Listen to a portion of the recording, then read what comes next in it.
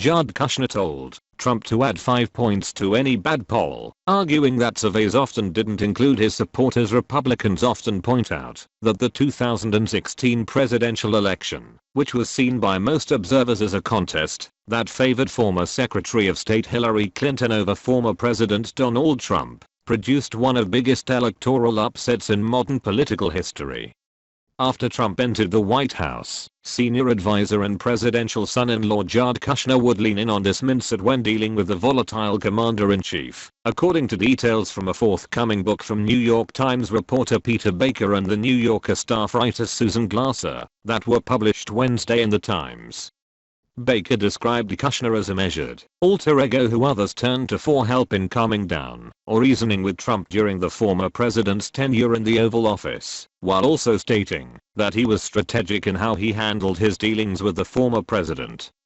Mr. Kushner developed his own techniques for handling Mr. Trump, the Times reported. One key, he told others, was feeding the president good news, even if it was in short supply. Kushner came up with a specific mathematical formula for his peculiar brand of Trump management, 2-to-1. Any phone call, any meeting should include this good news to bad news ratio. He would give twice as much upbeat information as grim updates. The report continued, he similarly made a habit of telling Mr. Trump to add 5 points to any bad poll, rationalizing that traditional surveys missed many Trump voters anyway, part of a common White House practice of telling the president what he wanted to hear regardless of the facts. Throughout the Trump presidency, the former president was beset by middling favorability ratings that reflected the polarizing effect that his demeanor had on the electorate. Despite Trump's national polling numbers, which on average sat well below 50%, many of the hotly contested states in the 2020 presidential election, including Arizona, Georgia, North Carolina, Pennsylvania, and Wisconsin, were all decided by less than 2 percentage points.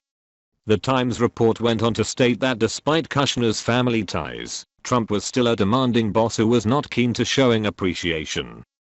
Mr. Kushner understood that Mr. Trump was never going to call him and say, "You're doing a great job. I just want to thank you for this." Instead, Mr. Kushner once explained to an associate, his dealings with Trump invariably began with the president saying, "What the hell is going on with this?" albeit with an earthier expletive, often in a phone call at 1 or 2 in the morning, the report said. After seeing a stream of advisors leave the White House over the years, Kushner knew that he could never dismiss that Trump was in the driver's seat. Mr. Kushner realized the essential element of survival, never forgetting it was Mr. Trump's show, Mr. Trump's party, Mr. Trump's way, the report said.